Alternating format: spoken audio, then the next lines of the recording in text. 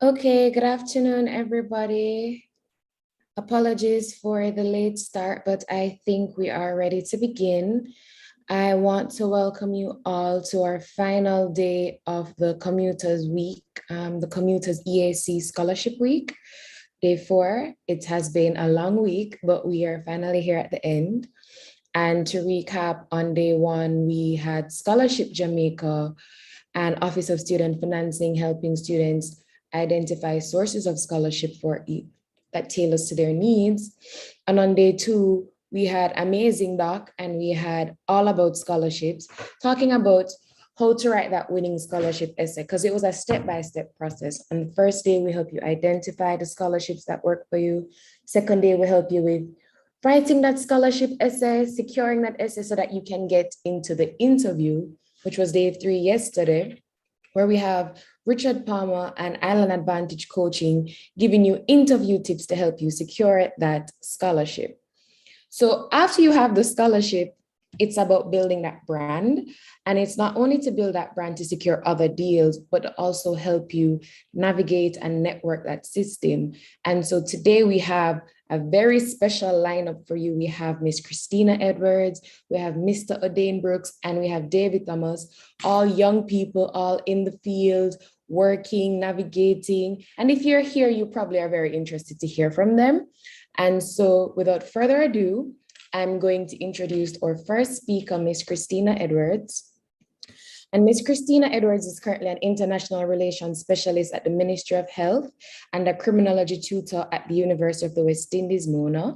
She holds a bachelor's degree in international relations and a criminology and master's in government, specializing in international relations, and is currently pursuing a master of philosophy in government. Outside of being a young professional with a passion for academia, Christina enjoys doing charitable projects such as giving back to her community through care packages or the wider Jamaica through her yearly assistant project, aiding primary, secondary, and tertiary students. Because children are the future, each one teach one.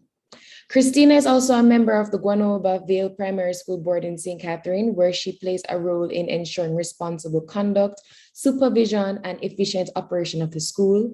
She has served in various roles, such as a mentor and a commuting students advisor of the University of the West Indies, giving tutoring free sessions to international relations students.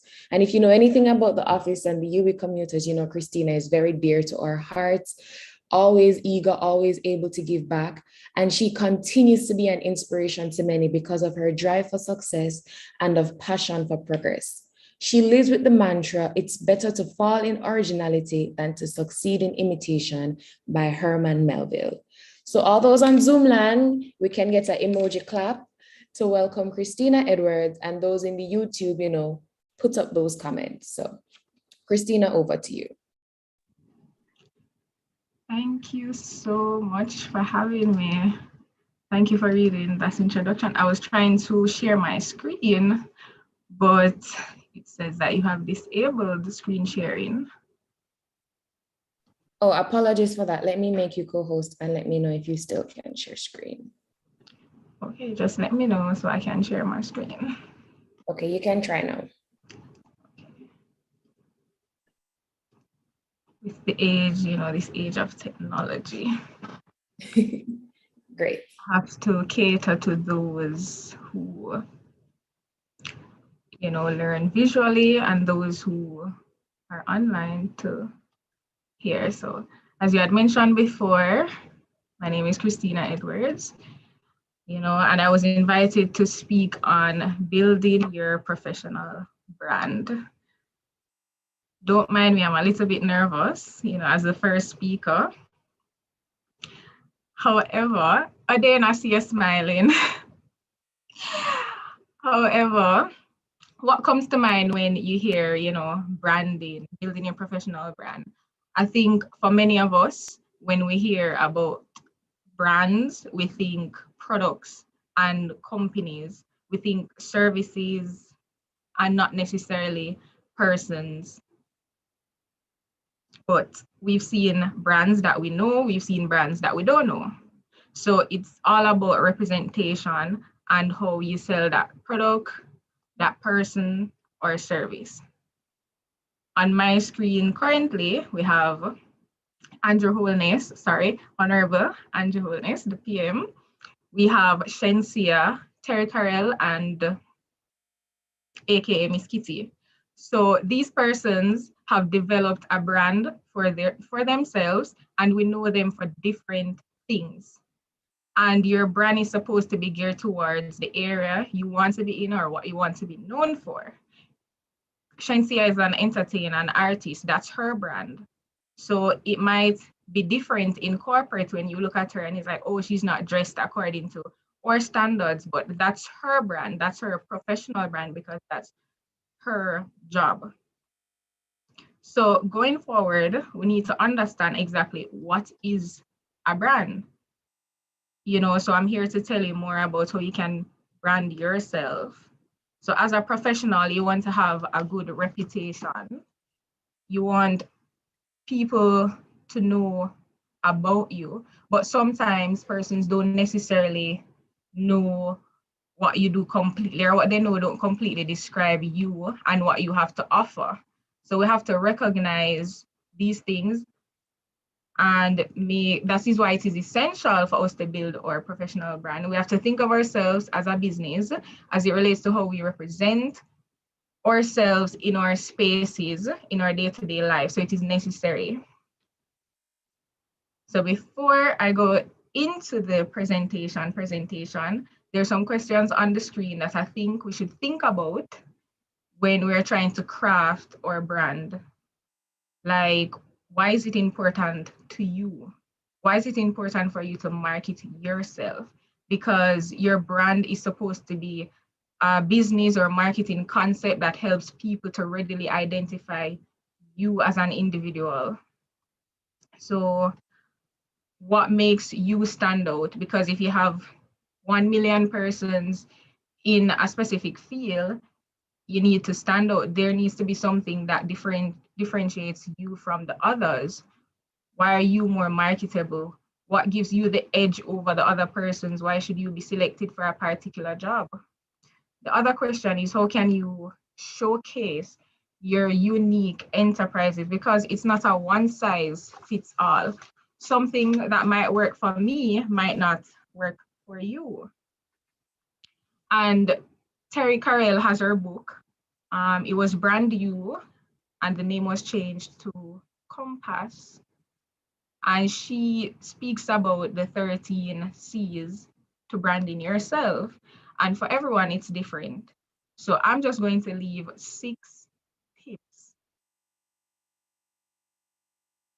I'm just going to leave 6 tips, which are very easy to remember in terms of building your professional brand, whether as a student, a career person, somebody who is established already, somebody who is working towards being established. This is just 6 easy tips. So the first one is the business of your brand, which is your image. So you have to have the image for the field that you're in, or the image you want to be known for. So whether this is your first time, whether you're changing your image, because as time goes by, you're going to change, you're going to evolve, but you have to figure out who you are as a person. What is your brand? In order to build properly your professional image, it has to reflect your identity. So you have to ask yourself a few questions. You have to analyze your strengths and weaknesses. You have to ask yourself, what areas do you work in and excel? What motivates you as a person? What characteristics have you complimented yourself on? What characteristics has persons outside of your space complimented you on? What projects you have worked on before? What projects persons have had to help you with repeatedly? What drains the energy? What projects or events or anything you have to spend hours on without feeling overwhelmed, and what things you actually have spent hours on and you feel drained and overwhelmed. You have to keep a lot of these questions in mind and know that many persons struggle with identifying their specific niche because you don't want to limit yourself. So once you can realize who you are and what fits you, you can move forward in terms of crafting your professional brands. And it must also be noted that many brands as in yourself will change as your career grows. So you might be interested in, I can use Rushcam, for example.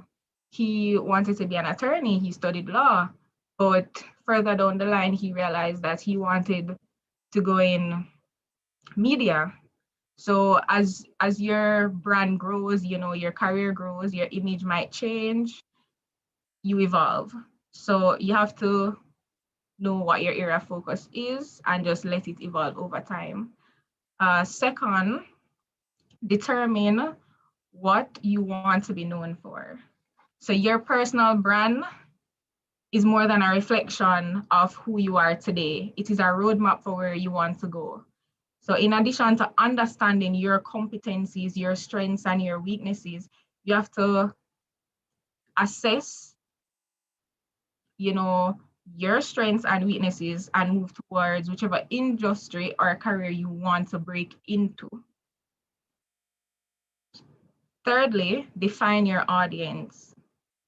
So before you even craft your brand, you have to know your target audience. You have to know what age group, what type of person. Is it corporate? Is it entertainment? Is it international? What is your target audience? Who are you trying to reach? Are you trying to reach job recruiters? You're trying to reach a specific company? You're trying to enter into a specific industry? So you need to know exactly who you're trying to get to. Once you know that, it's easier for you to craft your story, and it's easier for you to present yourself and know where you can tell your story, because you don't want to be, in corporate and then you're on a stage telling them how you work hard, because I'm sure the crowd is probably not going to care about that. So you have to know where to tell your story and where to go, where to present yourself. So if your aim is to find a job, you're trying to impress some recruiters, you can start with LinkedIn, because 92% of recruiters actually use social media to recruit persons, and 87% of that is from LinkedIn. So LinkedIn is a very professional, social media aspect that you can incorporate in your life. If you're more into the creatives, you probably need to start a blog or create a portfolio. I know for photographers and media personnel, they have a portfolio which they try to build on to showcase their talents. Or you have to research the specific industry that you want to be in and follow the experts. So you have to map out that career and compile, your research with the experts in the role. So find out who the leaders are in the field you're interested in. You don't just follow them, but you have to research. Look who are successful in the field, what they did, and how you can do better. So you have to analyze what they have done so far in the field. You have to know the field that you're going in to build your brand. And in building that same brand, you have to stand out, because you can't just rise to the top without knowing who was already there and what was already done. You have to know the history and build on it, because we live in a time where we're constantly evolving. 5, we have to grow your online presence. So as I said before, we live in a time that's very digital.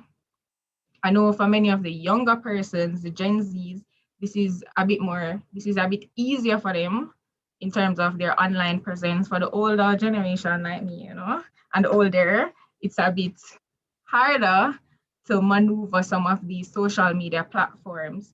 But after incorporating all the previous steps, like you define your audience, you know who you are, you know what you want to be known for, your industry, it is easier to grow your online presence, because you know which platform you should be on. So if your main aim is supposed to be jobs and recruiters for corporate, that's LinkedIn. If your entertainment, you probably be more on a Instagram or a Twitter. If you're a philosopher, many conversations and spaces are held on Twitter. So you have to, grow your presence by participating in some of these things, have your social media accounts. And in light of that, the day and age of social media, you have to know what to post and what not to post, because you don't want the field that you're attracting to see things that is not necessarily important or will harm you in landing whatever career field you're trying to get into. So know how to post a lot if you like to post a lot.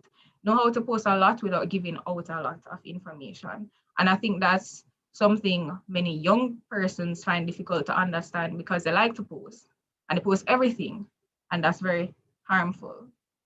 So after defining your brand, as I said before, you just, have more presence. There is a specific website for like IT persons. It's similar to LinkedIn. I don't remember the name, but if you're like an IT person, that platform is really important to you. You land so many jobs. There's so many articles and persons who can be your mentor on those platforms. And last but not least is to reinvent your personal brand as you grow. So in your 20s, something might be appealing to you and this is the image that you want, but getting to your 30s, you've learned so many things, you've had a number of experiences, and it doesn't align with your brand anymore. So you try to change that image.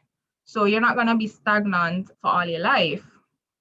We change as our career changes. So adjust your persona accordingly as you meet different people, you find new networking opportunities, and you grow your career. So as long as it reflects your personal and professional life, don't hesitate to create a brand that lets you shine. And in all things, be true to yourself, and authenticity is key. So while building your professional brand, don't be fake or present something that you're genuinely not, because it's going to be hard to keep up with and hard to maintain. And eventually you might get tired of doing it. So you have to be true to yourself. And that is why the first key was to know who you are and find out what works for you. Your brand is what people say about you when you're not in a room. So you have to consider that. And I know sometimes, persons are going to talk, whether it's good or it's bad, but you try to create that professional brand that you want persons to constantly think of. For example, Oprah Winfrey has created a brand for herself, and her brand is geared around, being true to yourself and inspiring others and being charitable. That's her brand and that's her personality. That's what she's known for, while others are known for different things. So if you're true to yourself and genuine, it's easier for you to create that professional image that you want people to know or you want to portray. And building this brand will showcase your skills and qualities that you want people to see. And it is important and will make a difference. So I'm just gonna leave that right there. Your brand, your professional brand, is what people say about you when you're not in a room. So I'm just gonna leave my presentation right there. So just be true to the field that you're in and represent that path that you want to go on. The end. Hey, thank you so much, Christina. Short but spicy and a lot of quotes that we all can, take and adjust to our lives. I'm sure the quote about authenticity, it really does matter, because a lot of times in the space, you can tell when somebody's not being genuine. I mean, a lot of you guys are scrolling on Instagram every day and be like, oh, no, that's not necessarily true. But you can tell when somebody is actually authentic and how they are passionate about what they do. So thank you so much for that presentation. I don't know if anybody have any questions for Christina in Zoom or on YouTube.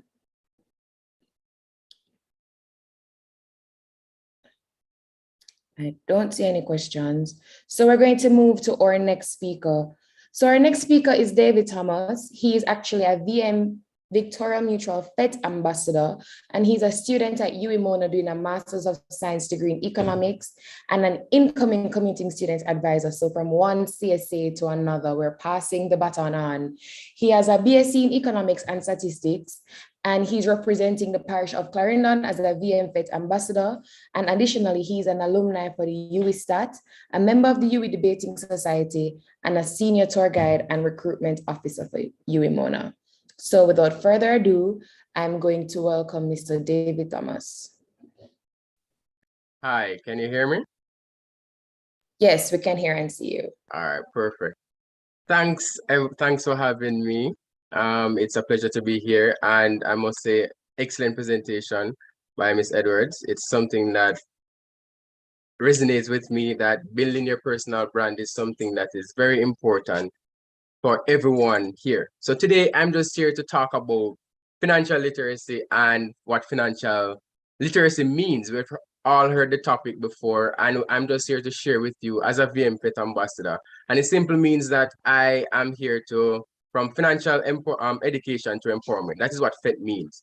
And it's just for us as young people to learn in real life instances what it means to be financially well off and what it means to present ourselves. So without further ado, I'm gonna share my screen and then I can start.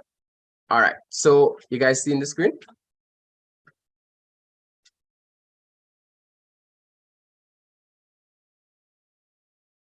Are you seeing?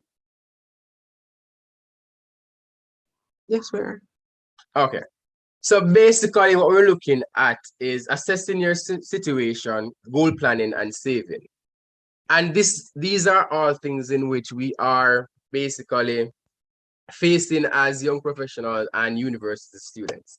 So what my objectives are today is to give you knowledge, give you the knowledge, tools, and advice to make sound financial decision, help you understand the basic principles of personal financial planning, and introduce to you the VM approach to creating and maintaining wealth. So the big picture is what we know as financial well-being. And what it simply means is that we're looking at how to be financially well off. And we've all heard the term financial literacy. And what it simply means is that it's the knowledge of financial credit and debt management in order to make financially responsible decisions in our everyday lives. Someone who's financially literate knows how a savings account works, how to manage a credit card properly, and how to avoid debt and how to achieve their lifetime goals. So a key part of, and this is a key part of achieving financial well-being. When we get to financial well-being, then we're basically saying that for you to be financially well off, it simply means that you're having clear financial goals, documenting specific plans towards achieving these goals, and being satisfied that you're making progress towards these goals. So we're here today talking about building your professional brand. And I like where Ms. Edwards says that your professional brand is basically something that you are passionate about. So tying your professional brand to being financially well off is a simple task. And it's simple because it's doing something that you like to do. So if you're a writer, if you're a person that's outspoken, if you're a person that likes to interact, then there are different facilities, there are different opportunities on campus, off campus, that can better able to, for you to better yourself, and then you can be able to be financially well off. So there are certain jobs on campus. There are opportunities for students to represent, myself being an ambassador for a banking institution, VM. And as these are different opportunities which are there in which you can present your personal brand, as well as learning different tools which can make you financially well off. So the decision that you make today would then impact how you interact tomorrow. So to share with you today, what is the VM approach towards achieving financial well-being. Step one is to assess your situation and document your goals. So everyone here, every young professional, every student, everyone has specific plans. You have a situation in which you're dealing with right now. And for you to better make wise decision, then you have to assess your situation and document your goals. Step two is create specific plans for achieving these goals. And then step three is to track your desired milestones to achieving these goals. So these three steps are very simple, but very impactful in helping you to achieving what is known as you being financially well off. It's simple, making a decision that will better assist you in reaching your goal. Everyone that's here today is making the first step by spending their 2 hour, 1 hour here, listening to persons, talking to you and giving you advice on how to better yourself for the future.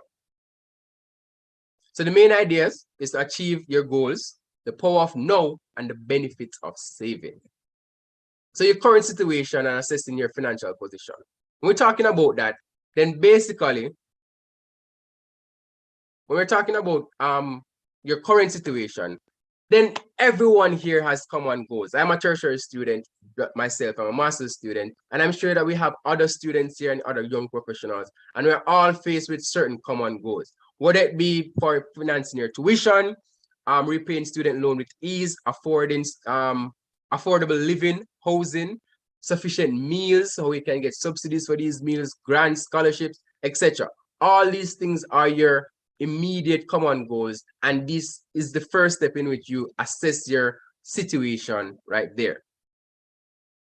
Next, we can look at the importance of saving, and saving is the key to financial well-being and building your wealth. So if anything that you hear, saving is the key towards being financially well, and building your wealth. So in anything that you do, then you have to save. Let's look at the importance of saving. So everyone knows the importance of saving and is deciding to save today is an important decision to secure in your future. And it can help you to pay off things in which you want. It can help you when you have a rainy day. If you're struggling with something, then saving today can better help you to prepare for the future. Here, I'm going to share with you some of the things that VM has offered. And it has, to me, I see that is beneficial to us as students here, looking for ways in which we can maximize our utility and minimize our expenses. So that's the benefit of saving right there. And I can say this to you, if you go below your means, then basically you are saving. If you save consistently and proportionately as well, then you are doing something which is important. So everyone here, I'm very sure, has a regular savings account. And that is the main thing that we basically talk about and know about. And the regular savings account is basically one account that you get money in and you take money out. So it's just something that is moving here and there. But there are also different types of savings account which you may not know are available to you. And one such is the contractual saving account. And it's a fixed amount of money that you can save for an extended period for about 1 year. We also have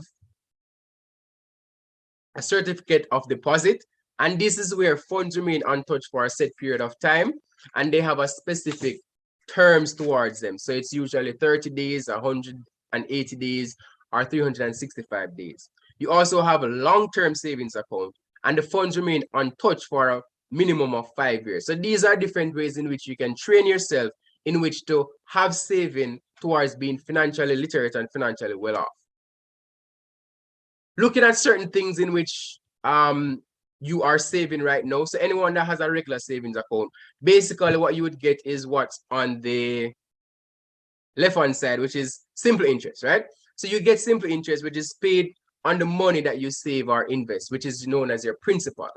But there are also different types of interest which you can get, which is known as the compound interest. And a compound interest is the interest that is paid on your principal, which is the money that you put in, as well as the interest that you get. So if you're saving for a 5-year period, and let's say you have a 5% interest, then and you deposit $10,000, then for the first year you get that interest, then using compound interest, then we're saying that anything that you get for that first year, then you get 5% interest on that money for the second year, for the third year, for the fourth year, as long as the number of years that you're saving. For a simple interest, then it's just the interest that you get on that 10,000 only. So it's a cumulative thing going for the compound interest, and this is where you can generate income that was not there before by just simply saving. We can also look at different ways in which you can maximize yourself and maximize your saving. We can look at saving versus investing. So saving is a long-term loan to a bank or other financial institution, and it's often minimal returns prospects.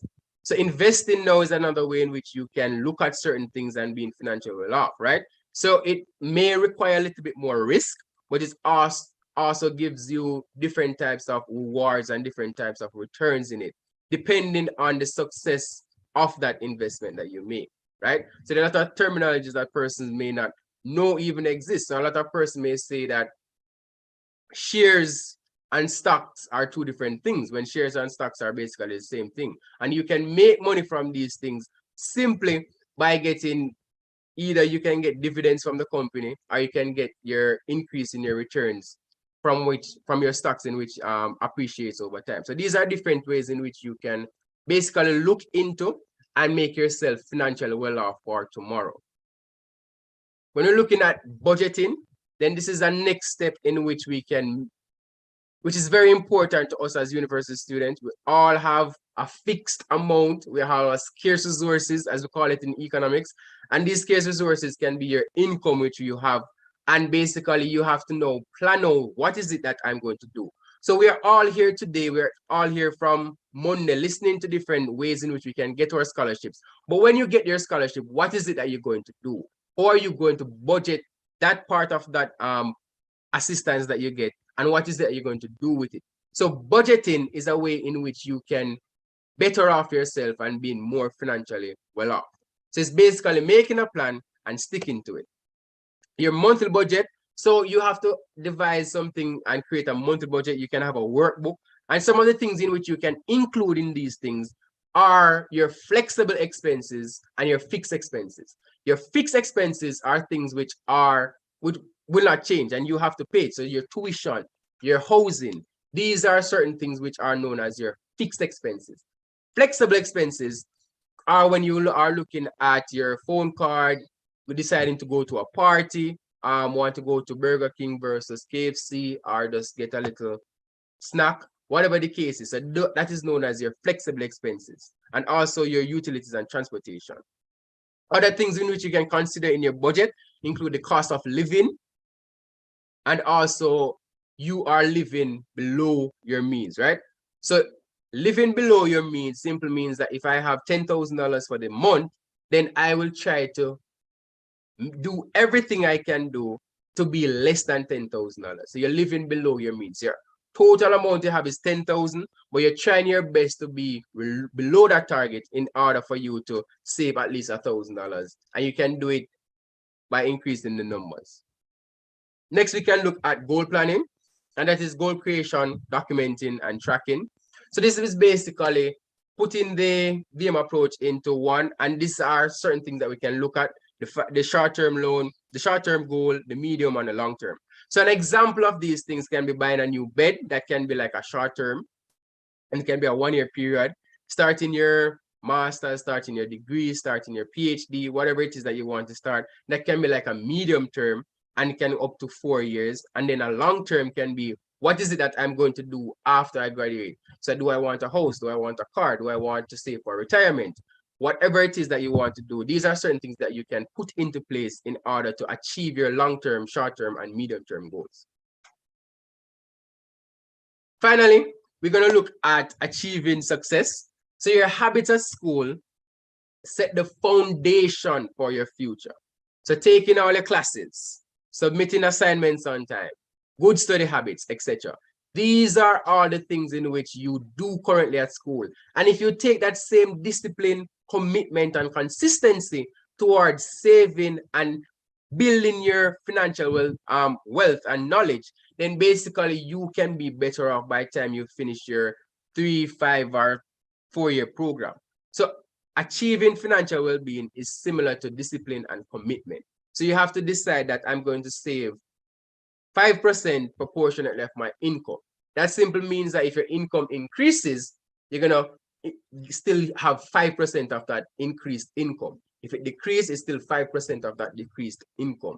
Or you can have a fixed amount that you're gonna save. I'm gonna save 1,000 every week, 1,000 every month, etc. So these are certain things that you can do and do it on a consistent basis, which can help you towards reaching your goal. Achieving success with the right tools, focus, commitment, and VM as your expert financial partner, you can accomplish your financial objectives. So these are certain things which are there. You can contact the bank and you have a financial wealth advisor that can call you and speak to you and advise you as what is it that you want some sound financial knowledge on, etc. So these are different services which are there for you. But before I go, I'm just going to introduce Miss Regina Owen. She's the program coordinator for VM. And basically, we're all here in Scholarship Week. And in light of Scholarship Week, VM also has different scholarships and different programs in which it offers. And I'm just going to ask her to speak briefly for about 2-3 minutes on what some of the current scholarships which are available and which you guys can utilize as students. So I'm going to hand over to Miss Regina right now. All right, thank you so much, David. Good afternoon, everybody. As David said, I'll be very, very quick, very, very brief. So the VM Foundation is the philanthropic arm of the VM Group. We do the good work, in summary. But right now, I'll just be focusing on our scholarships, and I will be placing, I'll be showing our flyers for our main scholarship. I'm coming. Yes, I'm coming. Okay, here we go. I'm not seeing it coming up. I don't know why. It's not coming up. All right, so I'll just speak quickly. What you can do is send it in the chat to me and I'll see if I can open it. All right, no problem at all. All right, so while I do that, I'll multitask. So VM Foundation has a few different scholarships and bursaries. And so we have bursaries for PEP students, so that's students who would just be completing PEP and are about to enter into their first form of high school. We also have a scholarship for our PEP students as well. But right now I'll be focusing on our tertiary scholarships. And so our tertiary scholarships, we have 3 tertiary scholarships. We have our future plan, we have our STEM, and then we have our master plan scholarship. All these scholarships, so all these scholarships are for tertiary students, but it's local, so it's for local tertiary students. And so our future plan scholarship is for students who are entering their first year of university, and they will be pursuing a degree in any undergraduate course in university. That's our first scholarship. So it's a general scholarship for all undergraduate students who are just entering into their first year, and are just leaving 6th form or 5th form, Or STEM scholarship. I'm sorry, it's taking a little time for me to add all of them. Yes, I'm coming. There we go. All right, so they're all there now. All right, so our STEM scholarship is for students who will be entering their first year of their undergraduate degree, but it's specifically for those who will be doing a degree in science, technology, engineering, and mathematics. And so that is our STEM scholarship. Both our STEM and our future scholarships are for 4 years, well, maximum of 4 years each. And our final tertiary scholarship is our master plan scholarship. And this is for persons who will be entering in their final year of their undergraduate or postgraduate degree. And so this is a 1-year, one-time scholarship.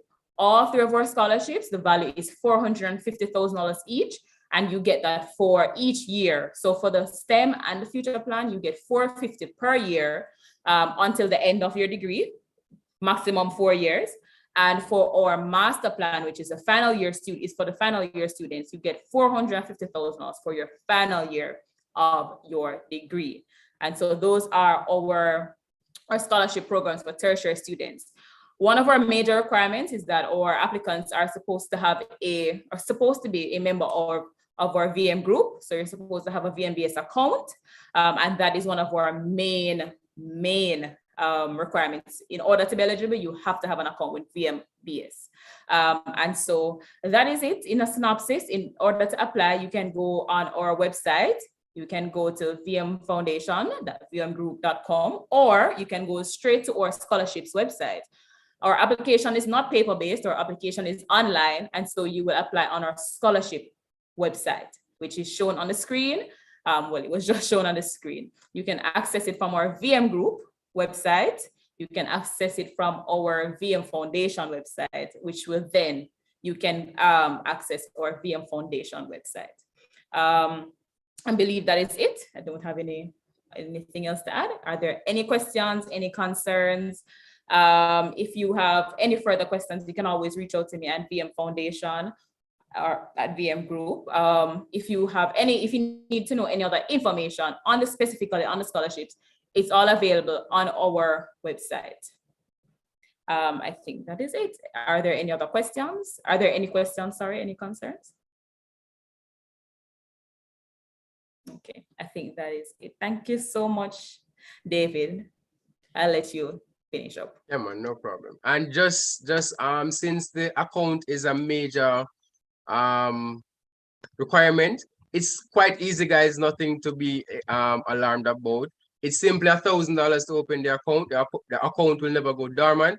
All you need is 2 references, phone references, your ID, TRN, and proof of address. And if you have ID and TRN, something else, that can be used as a proof of address. So there's nothing that is outside the way. And also you get a lot of benefits that you can use any ABM, Multilink, whatever, without having a charge or whatever. So these are certain things that the bank take care of you, and these are certain things that you can utilize as well. All right. So that's it for the presentation. Thank you, Ms. Regina, for coming. And that's it for my presentation. If you guys have any questions, then I'll stick around and I can answer them accordingly. I know, hand over. Thank you, guys. You see how the scholarship week big. Look how VMBS come, tell you how to save, tell you how to make money, tell you how to budget, and then tell you about a $450,000 scholarship. Come on, who else is doing it like the UA commuters? Thank you so much, VM.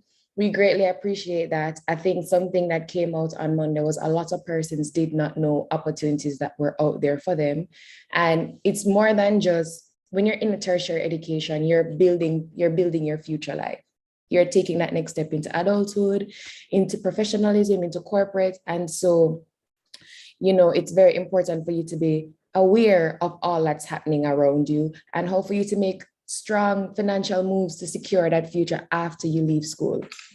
So our final speaker is none other than Mr. O'Dane Brooks.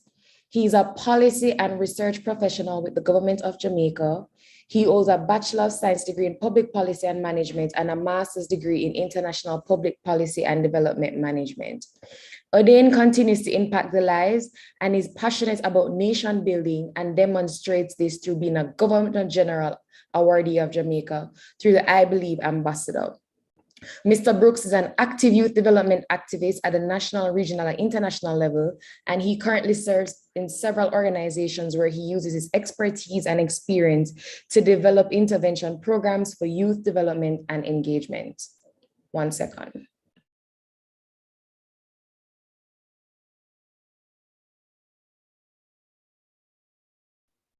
Apologies for that. Mr. Brooks is currently the Director of International Relations with the Youth Education Association and the country focal point on the Commonwealth Sport of Development Network, former training and development coordinator with the Caribbean Regional Council. O'Dane also serves as a Director of Program Development with the Global Sustainable Development Network and is a research consultant with UNESCO Caribbean and also a Youth Initiatives Coordinator with the Advocate for Change Jamaica.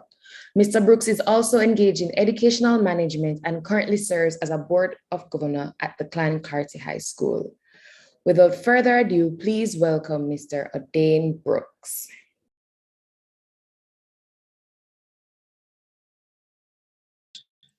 Thank you so much.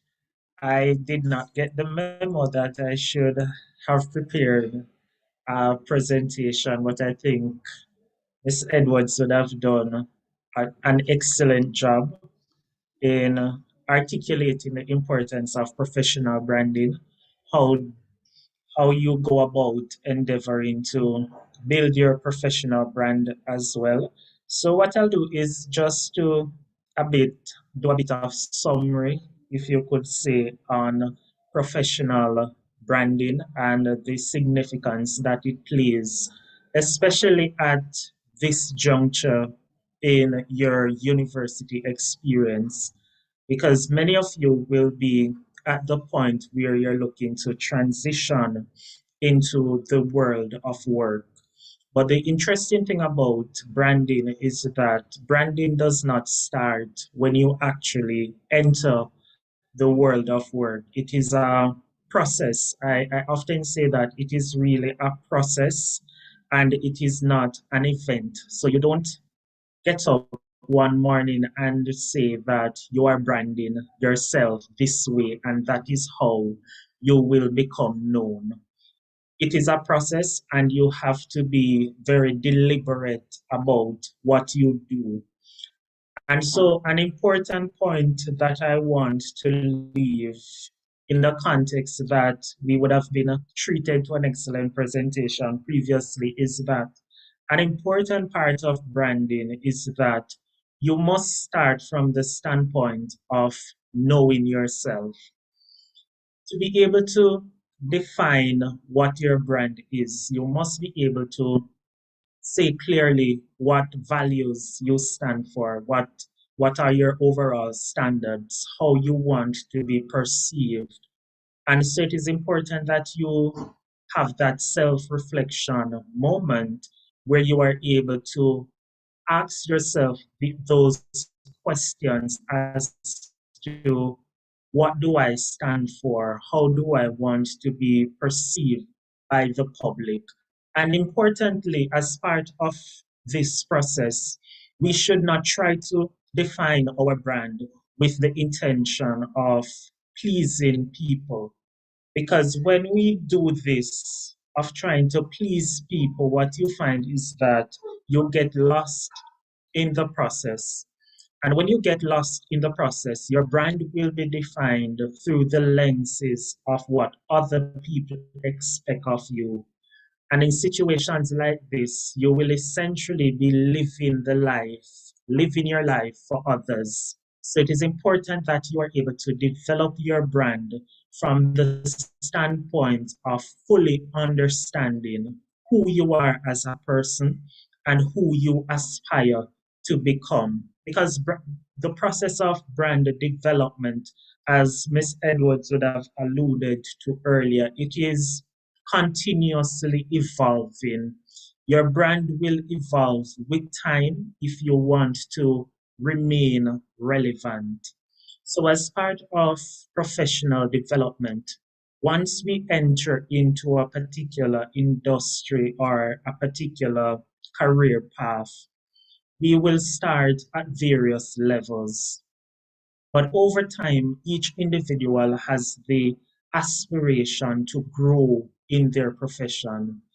As part of that growth phase, it often requires us to evolve. And evolving requires us to also evolve our brand. So if we were previously a junior staff, if we want to be elevated to senior management, we also have to evolve our brand so that the brand can be reflective of what your new position would require. And so you have to be mindful that brand development, it's a process, but also it is one that is continuously evolving and one that you must update to be consistent with your present circumstances. I also want to the leave with everyone that as part of brand development, it is important that you be intentional about what you do.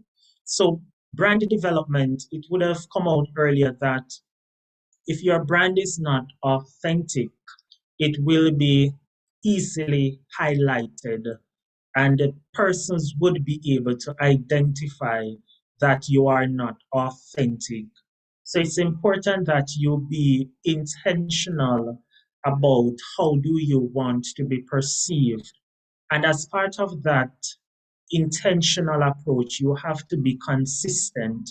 So if you want to say that you are uh, say, for example, a specialist in a particular industry, in a particular field, you must have to be, you must be so intentional about what you're doing that people can draw on what you would have articulated, what is out there on the internet about you in regards to that particular industry. As it relates to how you utilize your social media, it also demonstrates, it has to be intentional as well. So what the content that you're posting, is it consistent with how you want to be perceived, how you want your brand to be developed? So you have to be very intentional with those.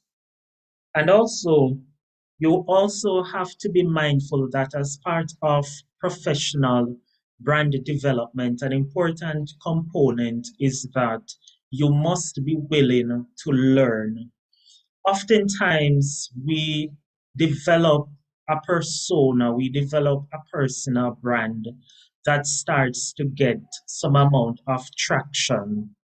Traction in the sense that when we post some expert opinions on LinkedIn, we get several comments, we get several likes.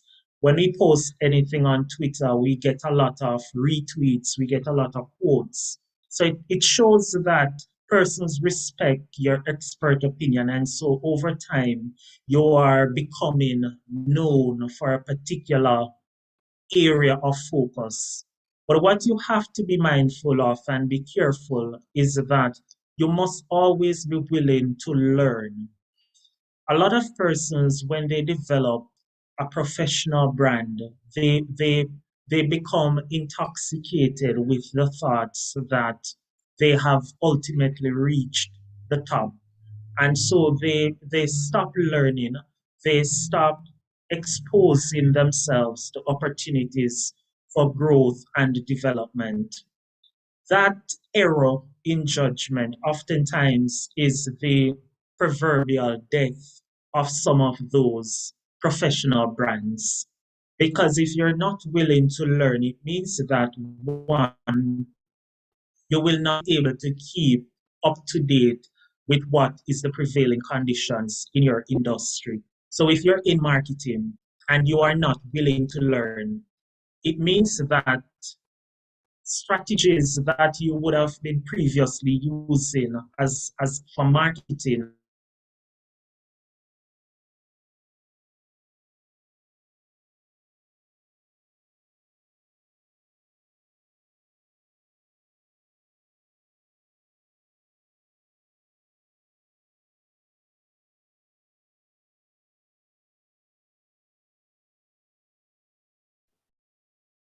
Hello, Adain, are you I back? see that I am back. Great, great. It must have been the internet went out. So I was on the point of being willing to learn. So you must consistently seek to upgrade yourself, consistently learn so you can remain relevant. So that's an important component of brand development. And finally, because I think the conversation this afternoon has revealed, or it has unearthed several tips that are important, and the list is not exhaustive. But I would want to leave with the audience that we should always, as part of developing our professional brand, be ourselves. Because oftentimes we try to live a life to suit others, but we can never live a life to suit others because we are not able to satisfy everyone. So it's important that we be true to ourselves, and in being true to ourselves, define who we are as an individual and curate a persona around what you want to be perceived for. So don't try to develop a brand that mirrors that of your colleague or mirrors that of your role model, because at the end of the day, if you are not comfortable with that brand that you have developed, and if you're not able to consistently reflect what the brand requires, over time people will immediately realize that you are a fake. And so it's important that you must be consistent, and also you must be true to who you are as an individual. And so just to summarize, giving something very quick, nothing too long. If there are any questions, we can facilitate them. We must first start from the point of being intentional about what our brand should be and what it will be. We must be engaged in a period of self-reflection, and that self-reflection will take us into various waters that oftentimes we might not even feel as if we know who we are as an individual. But the good thing is that at the end of the process, you will have a better idea of what you stand for, what you want to be perceived as, and also what values you hold dear. So it's important that you start from the point of self-discovery. Also, you have to be very intentional about what you want to do. Assess where you are currently at and say to yourself, what do I need to do to get to the next level? And that is where consistency and being intentional comes into place. And to, to, to, to put the lid on all of that, you have to be true to yourself. Do not live a life to satisfy others, but be true to who you are. And at the end of the day, you can uphold those values that you hold dear, but more so, you can reflect what you want others to see within you. So thank you again for having me at this forum to share some insights. If there are any questions, I'm sure we can facilitate those. Thank you, Odane. And I think that was a very impactful presentation. We open up the floor for questions. And while we wait for questions, I actually have one for Odane, and it's, what advice would you give to students or persons who are building their professional brands in selecting different opportunities? Sometimes person feels that you have to take everything that comes your way, and sometimes it's not feasible. What advice would you give to those students? I would say that, and that's a very good question.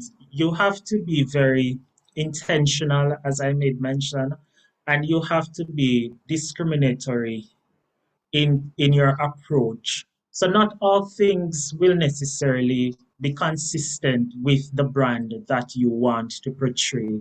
So if you're not a climate activist, for example, don't be the kind of individual who is opportunistic and just jump on an opportunity for being say for example a climate activist, but it is just a one-off kind of engagement. And then you go and brand yourself as a climate activist, having only been engaged in one climate related activity. So it means, it shows clearly that you are not really an authentic individual who is interested in the kind of work that is required from which you can develop that brand. People will know you as an opportunist. So you have to be very mindful and very discriminatory in terms of those things that you seek to pursue, because if it is not in keeping with what your brand is or what you want to be known as, you have to be careful not to be perceived as an opportunist. So it's nothing is wrong with passing on opportunities. Just ensure that it is something that is consistent with who you want to be perceived at. And at the end of the day, you are being true to yourself and not living a fake life. Thank you, Odin. I don't know if Christina is still here, but there's one question for you. If not, we could probably ask Odin. And the question is, how do you balance your personal brand with your professional life? Well, I think, Christina, you're here. That's a very good. I'll take a shot and then I'll throw it over to Christina. That's a very good good question. Some persons have the ability to manage both separately. So in public, they portray or they are known for a certain things, but when they get home, it's a completely different kind of thing. And it's important because oftentimes when you are in the quote unquote limelight, you have to operate a certain way. But in your personal space, oftentimes it kind of requires something different, because if you are a family person, for example, it will require that you oftentimes leave some of the quote unquote baggage that exists in the public sphere. So take, for example, entertainers. Oftentimes we see how they transition between the names that they use. So Spice, for example, she used Spice on stage. That's the brand, Spice. But at home, she's Grace Hamilton because she has transitioned from the brand that we know to the brand of Grace Hamilton. And the brand of Grace Hamilton is completely different from that of Spice, because at home she's a mother, she's a caregiver. So it is about understanding and appreciating time and place and being able to know when your brand that is in the public space is activated, as opposed to when you return to your personal space and how you operate accordingly. So it's a balancing act that all of us must try to maneuver, especially if we're in the public limelight. Okay, good response, Odin. I don't think I need to respond now since you did it for both of us. You guys hearing me? Because I see Odin is paused on the screen. Yes, I'm hearing you. Okay, great. But I agree, there should be a balance in terms of your professional brand and your persona outside of that. But it comes true to what we both have said. If you're true to yourself, it won't necessarily be pretending, you're one person, but you should set boundaries. So if you're in the limelight, you need to set boundaries. I can allude to Grace Hamilton, aka Spice. And as an entertainer and artist, there are certain aspects of her lifestyle that she wouldn't want to emulate on her kids currently. And she says, okay, when you see me with my black hair, that's me being a mother to my children. You don't come with any booger yaga at that point. So there's a time and place for everything, and there's balance. And if you're in a certain field, You just have to know that certain things are not accepted, whether you love to do it in your personal life or not. Because as a government official, including myself, there are certain things that I would want to do, but it does not align with the brand. It doesn't align with my passion. And I would say my passion and my career would come first. So you just have to know yourself, know what your brand is, know what you want to be portrayed, and find that balance. So if you are in the limelight as a corporate person, but you like to party, finding the balance, meaning you can attend the parties, but you wouldn't be the one on a head top in the party. I don't know if that answers the question. And it's not easy oftentimes to find the balance, but you have to. We're adults, and you just know that certain things are not allowed. And we've learned, based on even our fellow former Minister of Agriculture, he's a government official. He likes to have fun, but certain things you have to know when to walk away from it. So yes, he likes to party, but on a no movement day, you know, if that goes out, we saw the consequences. You will lose your job. So you have to know when to walk away from certain things and when to just live a soft life. So you can be there and not be participating in certain things that will affect your brand. I think that sums up my response. Yes, I think those were very good responses. And I think those were also very practical responses. So I think what they're both saying is to be authentic to yourself, and it's not for you to deny yourself of who you are, but to find that balance. I know it's 2:12 and we've gone over time.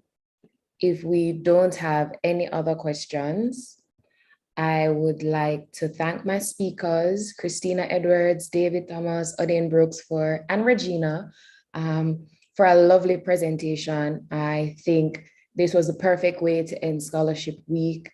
And for all the commuters online, on YouTube, and on Zoom, thank you for coming out every day. I know it's been a long week, but I really do hope that this event was impactful and would help you navigate this scholarship journey, university life, and your personal life. So all the best and have a good afternoon.